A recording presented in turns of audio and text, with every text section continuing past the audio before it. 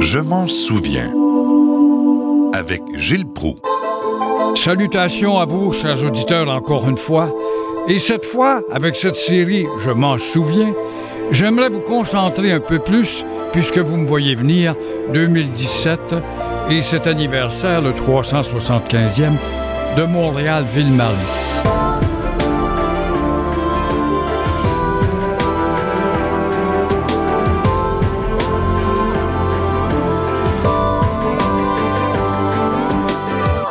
Alors, nous allons donc centrer un peu les prochaines chroniques, si vous voulez bien, sur Montréal essentiellement, ou Ville-Marie. Et tout ça dans le cadre de cette fête qu'on s'apprête à célébrer tout en oubliant trop souvent, je le répéterai jamais assez, le nom de Jeanne Mance et celui de Maisonneuve.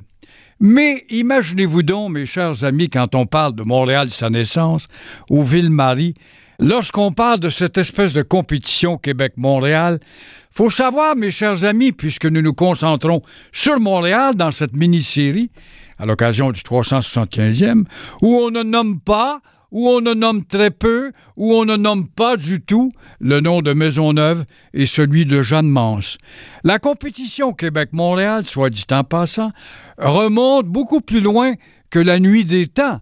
Bien avant, peut-on imaginer ça, bien avant Huot de Montmagny, qui est le gouverneur qui s'en vient sur un bateau remplacer Samuel de Champlain.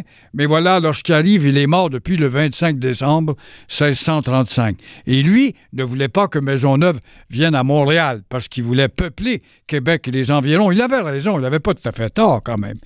Mais la compétition Québec-Montréal remonte, comme je disais, plus loin dans le temps, entre les Amérindiens eux-mêmes.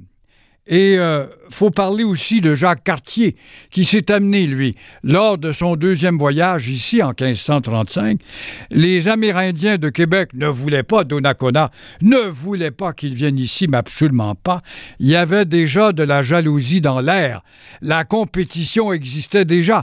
Vous ne devriez pas aller là, en bas. Pourquoi? Parce que vous allez faire commerce avec ces Indiens-là, et de Donnacona notamment, qui est le chef. Et là, vous allez donner l'exclusivité du commerce à ces gens-là plutôt qu'à nous. Nous sommes vos amis à Québec. C'était un peu ça, en réalité.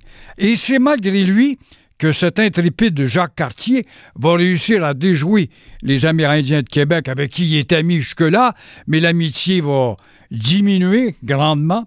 Il va partir donc en bâche plate à partir du lac Saint-Pierre, parce que là, l'eau est dangereuse, les courants sont contraires, il n'y a pas assez de profondeur, on laisse les gros bateaux de côté et on se rend à Montréal en bâche plate.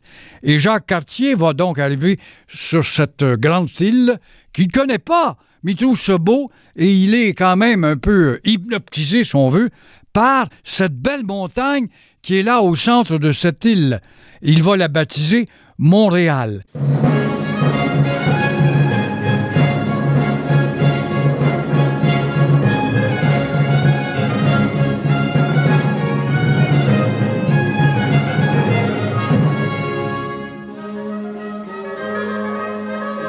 Mais pas Montréal en tant que telle, la ville de Montréal, ou Montréal, comme disent les colonisés, mais Mont-Réal, le mont de Réal. Alors, en nommant ainsi la montagne, située en son cœur, c'est-à-dire le Mont-Royal ou Mont-Réal, Royal et Réal étant synonymes dans ce vieux français d'époque. Alors, c'est aussi lui qui, sans s'en apercevoir, a nommé le Canada.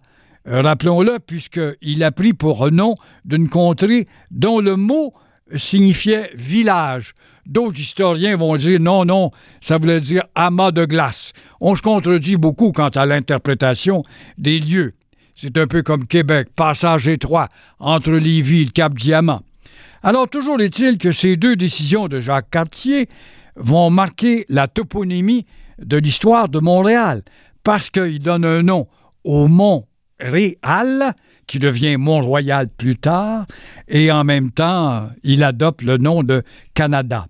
Alors, qui peut croire que ce même navigateur, cet entêté, ce découvreur quand même intrépide, va susciter la bisbille entre Stadacone, là c'est Québec, et aussi Hochelaga, qui est Montréal.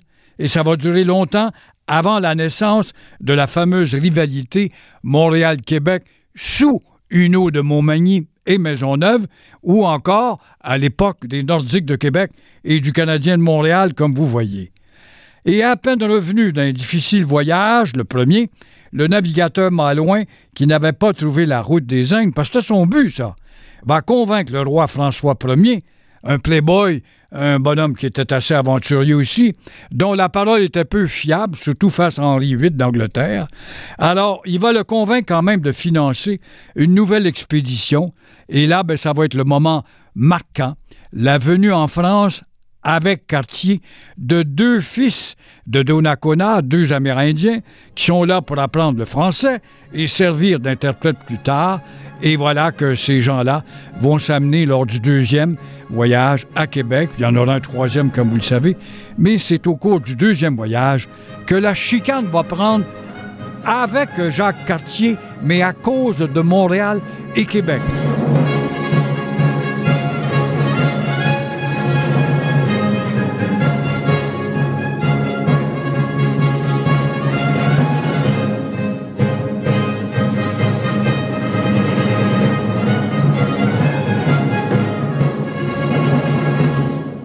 Alors, après avoir déjoué la méfiance des Indiens de Québec, Jacques Cartier se faufile et décide de s'en venir chez nous, à Ville-Marie, mais qui ne porte pas ce nom-là encore, à Montréal, que le nom n'existe pas encore. Et il descend, on dit qu'il descend du côté de Huntsic, pour grimper sur le Mont-Royal par l'arrière et aller admirer le paysage là où est le belvédère, au chalet de la montagne. Ça a été confirmé par des historiens. Pourtant, d'autres disent non, il a finalement rendu à Repentigny hésité en prendre la rivière des Prairies ou encore le fleuve Saint-Laurent. Il a pris le Saint-Laurent et il est descendu à la place Jacques-Cartier pour monter vers l'hôtel de ville actuellement, à la place Vauquelin. On s'obstine. On va laisser les gens, les historiens s'obstiner, mais en attendant, on sait que Jacques Cartier, du Mont-Royal, parce qu'il y est allé là, au sommet de ce beau mont, il va descendre la petite montagne, il va aller vers le centre-ville, et là, il est accueilli par centre-ville, j'entends bien sûr, centre de l'île, là. Il est accueilli quand même chaleureusement avec des tambours, puis des cris de joie par les Onontagués, et qui sont des Iroquois de Hochelaga. Hein? On dit toujours que les Iroquois ont été les ennemis des Français durant l'histoire de la Nouvelle-France, mais pas à cette époque, parce qu'ils étaient établis là, et Cartier était le premier Français à les visiter. Oh, il y a peut-être eu avant les Jésuites, qui étaient très intrépides, qui sont arrivés bien avant Jacques Cartier pour aller jouer du missionnarat, si on veut, dans les terres indiennes. Ils vont écrire des récits et puis ils vont tenter les curieux de France à venir coloniser cette terre-là plus tard. Mais toujours est-il qu'il est accueilli, ce Jacques Cartier, par les Indiens de Hochelaga. Où était-il? On sait qu'il campait autour du lac des Castors, sur le Mont-Royal, mais il se trouvait aussi dans le bas de la ville, probablement où est le quartier Hochelaga aujourd'hui, mais on n'en a pas la certitude. Et puis, l'espèce de toponymie du temps a été disparue. On ne peut pas déterminer à quelle place exactement Cartier était reçu avec un power amical de la part de ses Iroquois. Au retour des Français, plus tard, quand Maisonneuve vient, quand Champlain vient un peu plus tard, tout avait disparu. Ils avaient été chassés, ces Iroquois-là. Mais Cartier avait nommé la montagne en l'honneur du roi de France. Il est loin de se douter à ce moment-là, alors qu'il baptise la future métropole, Montréal, qui devient Montréal. Il était loin de s'imaginer que cette île sauvage allait devenir une ville plus grande que ne l'était le Paris de son époque. Et loin de deviner qu'un autre quartier deviendrait célèbre dans l'histoire de cette île de Montréal, Georges-Étienne Cartier, de son prénom. Il était loin de prévoir qu'un autre quartier naîtrait, mais plus tard dans le temps, dans l'histoire de cette Ville-Marie Montréal, et qui s'appelle, de son prénom, Georges-Étienne, qui a un beau monument au pied de la croix du Mont-Royal actuellement. Il était loin de se douter qu'un autre aventurier viendrait beaucoup plus tard quand même, en 1641 à l'automne, puis en 1642 pour prendre une décision, qui s'appelait Monsieur de Maisonneuve, et qui, lui, va grimper sur le Mont-Royal ou le Mont-Réal pour aller y planter une croix, qui est devenue un symbole identitaire de l'actuelle ville que nous célébrons. Et bien sûr, Jacques Cartier ne pouvait pas s'imaginer qu'un pont enjamberait le fleuve et l'île sur laquelle il se trouvait pour porter son nom. Tout comme plus tard, un certain monsieur de Maisonneuve ne savait pas qu'on était pour le célébrer, mais en catimini et avec moins d'intensité qu'il ne le mérite pour le 375e anniversaire.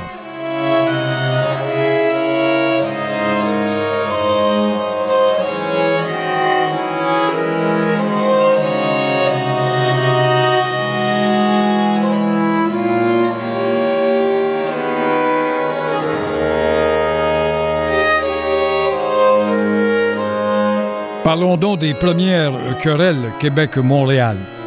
Et loin de commencer avec la guerre froide quand même, qui opposait les Nordiques de Québec et les Canadiens de Montréal, la rivalité entre Québec et Montréal remonte aux origines de la colonie avant même, comme je le disais tout à l'heure, avant même, puisque Jacques Cartier aussi va être au centre de chicanes entre Amérindiens de Québec et Amérindiens de Montréal. Alors, on peut même dire qu'elle commence avant la fondation de Ville-Marie-Montréal. Mais voilà qu'à l'automne 1641, on est en septembre-octobre, les couleurs ont atteint l'apothéose.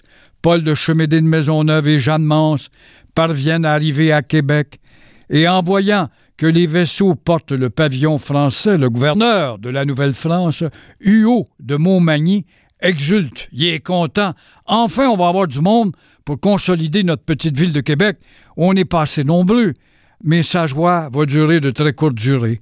Parce qu'il apprend déjà de la bouche de Maisonneuve, non, nous, on ne veut pas s'installer ici. Mais M. Huot de Montmagny lui dit, installez-vous à l'île d'Orléans, on a besoin de grossir nos effectifs. Non, je veux aller dans une ville qu'on va fonder qui s'appellera Ville-Marie. Alors, ils veulent aller fonder une bourgade sur l'île du Mont-Réal. Alors, Montmagny n'en vient pas, il est même fâché, il le boude. Alors là, M. de Maisonneuve et son monde doivent passer l'hiver à Québec parce que les maisons ne sont pas construites encore à Ville-Marie. Il va les installer dans un entrepôt près du port pour traverser l'hiver. Alors on voit là, qu'il y a vraiment un froid entre Québec et la future Ville-Marie-Montréal. Et lui, Huot de Montmagny, dit « Mais il y a bien trop d'Iroquois là-bas. Vous n'êtes pas pour aller là, c'est dangereux. Colonisez donc l'île d'Orléans qui est si belle. Et ça serait plus intelligent. » Il n'avait pas tout à fait tort, mais de Maisonneuve est un obtus. Et dans sa mission, il proclame que je vais fonder une colonie, même si tous les arbres de l'île devaient se changer en autant d'Iroquois. Alors Montmagny se moque de lui et fait passer aux Montréalistes, c'est comme ça qu'on les appelle, l'hiver dans un entrepôt. Voilà la querelle nationale qui s'intensifie entre Montréal et Québec.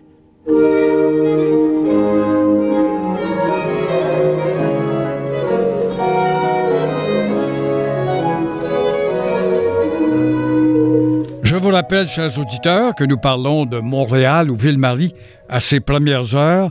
Et comme vous l'avez constaté, si vous étiez à l'écoute en début, nous parlons des premières querelles entre Québec et Montréal qui ne remontent pas nécessairement à Huot de Montmagny, ni des Nordiques et des Canadiens, mais même à l'époque de Jacques Cartier entre les tribus indiennes de Québec et de Ville-Marie.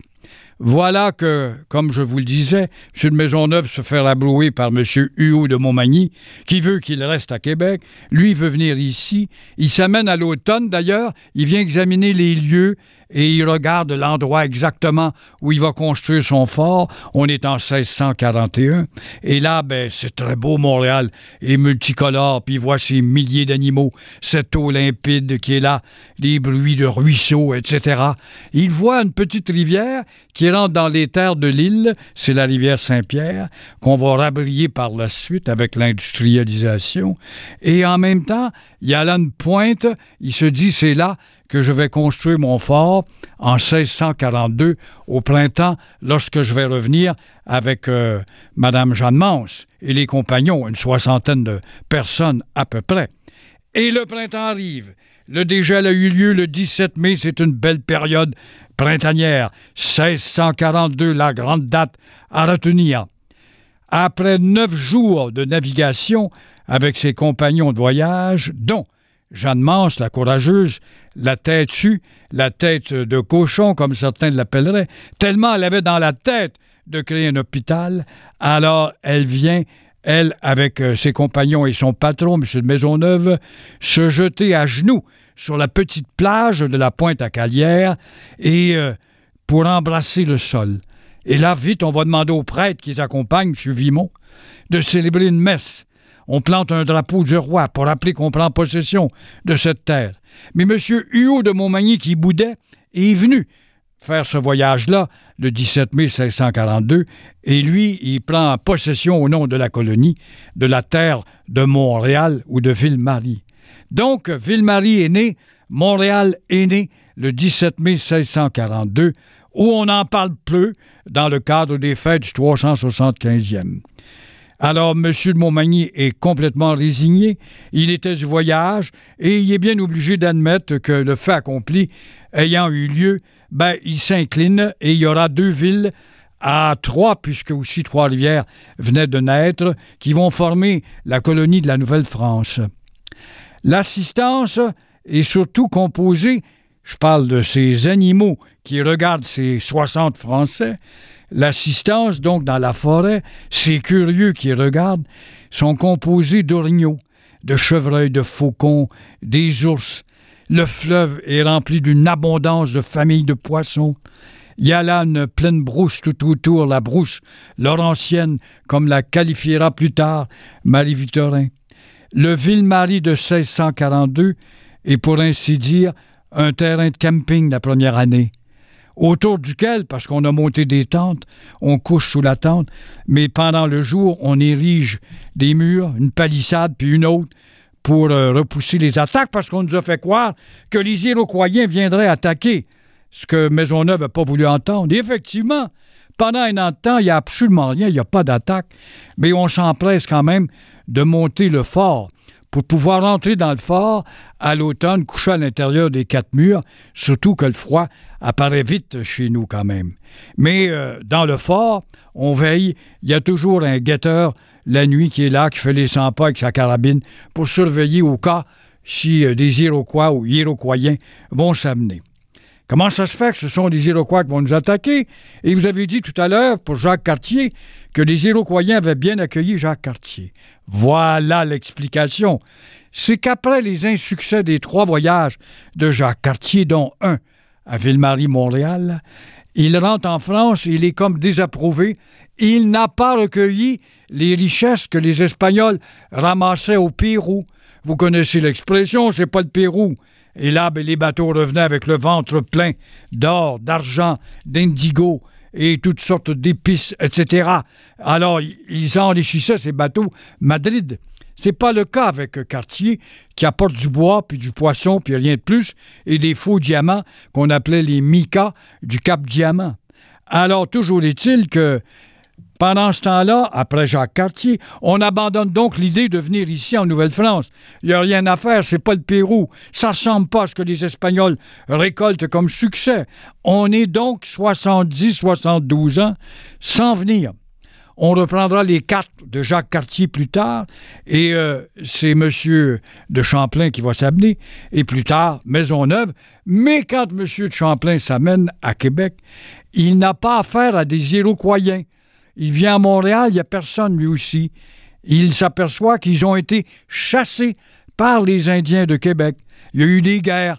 Alors, vous voyez que l'Indien idyllique décrit par Jean-Jacques Rousseau, cet homme de lettres que tout le monde suivait, ne ressemble en rien à la réalité sur le terrain où ces mêmes Amérindiens ont leur querelle, leur haine, leur jalousie. Jalousie parce qu'on ne voulait pas que les Français fassent commerce avec les Iroquois. Ils auraient eu le monopole de la fourrure. On préférait qu'ils fassent commerce avec les Amérindiens de Québec.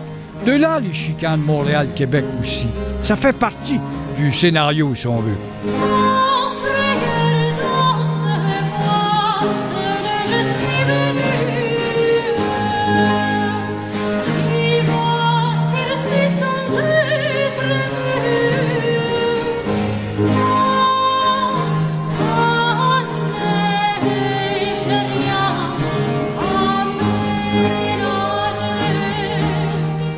Toujours concentré sur Ville-Marie-Montréal, chers auditeurs, parlons donc de la croix.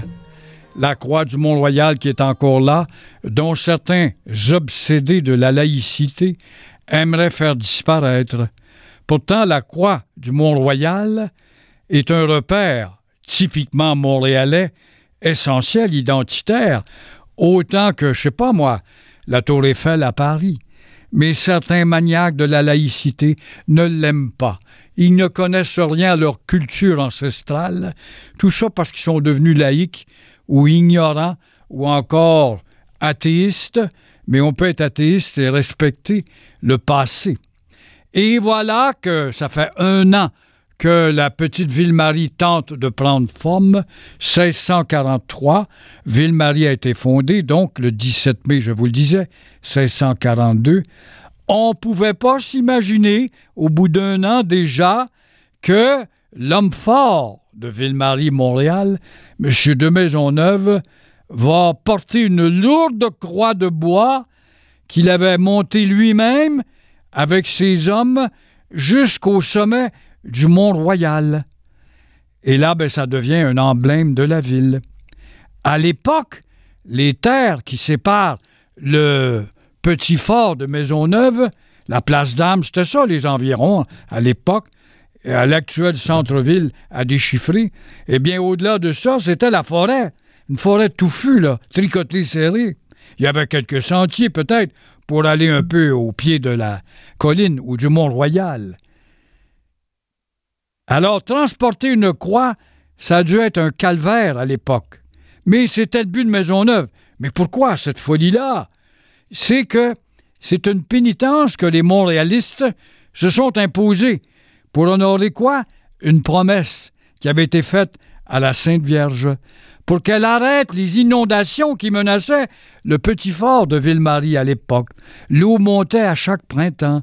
Le fleuve débordait, faisait des siennes, quoi. Alors, M. de Maisonneuve avait dit, si on peut exaucer mon vœu, je promets à la Vierge Marie d'aller planter une croix au sommet de cette montagne dont nous faisons face.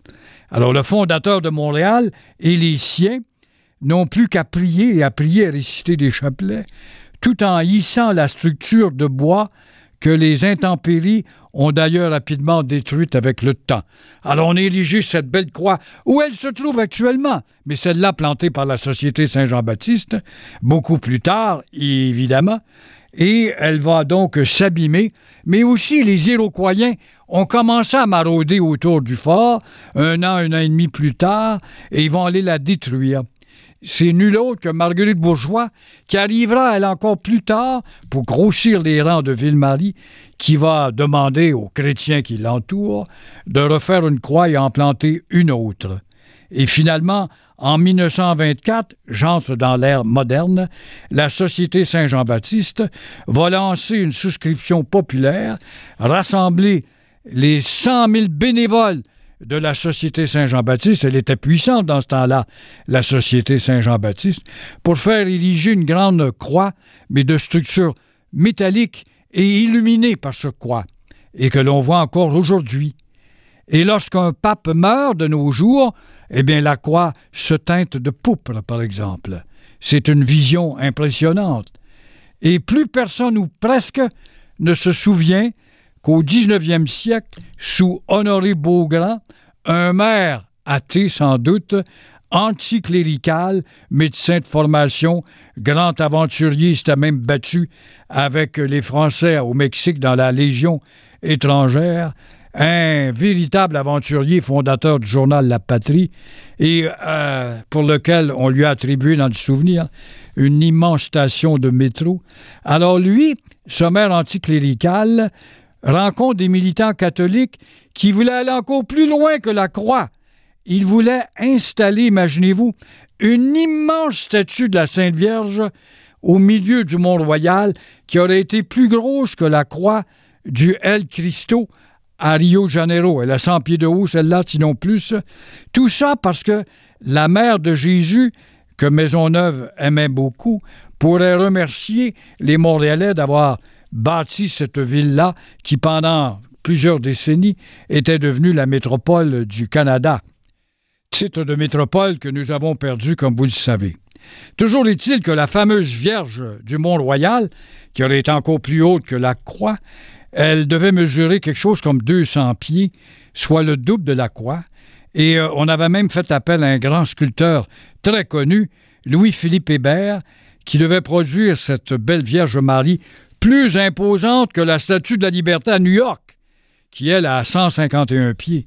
Mais le maire moderniste qui était Honoré Beaugrand, anti-catholique, ne voulait rien entendre. Il était tellement anti-catholique, quand il est mort, il a fait inscrire dans son testament qu'il voulait être enterré dans le cimetière protestant. Alors, les catholiques ont dû se contenter de cette croix courte et d'oublier la fameuse Vierge, mais ça aurait été peut-être un symbole exagéré quand même. C'est bien beau se donner à la Vierge et créer cette ville dédiée à Ville-Marie, mais une croix suffisait amplement.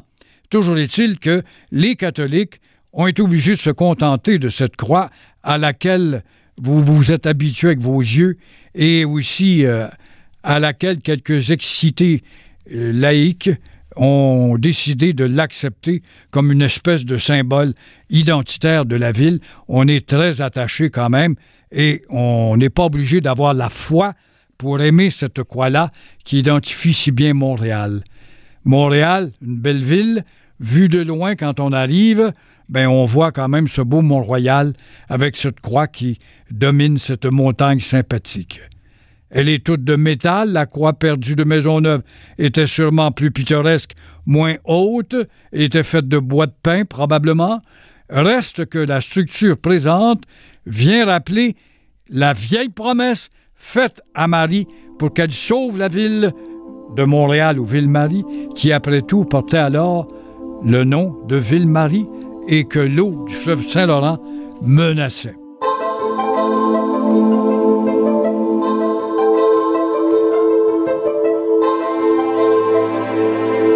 Voilà, mes chers amis, sur cette mini-série qui porte sur Montréal et son 375e, on vous a fait connaître un peu l'origine de Ville-Marie et l'érection de cette croix qui est très symbolique. Et dans le prochain volet, je m'attarderai sur une femme extraordinaire que les féministes, et je n'étais pas d'accord, mais je me plie, que les bonnes féministes ont fait accepter comme la cofondatrice de Montréal Ville-Marie, Jeanne Mance.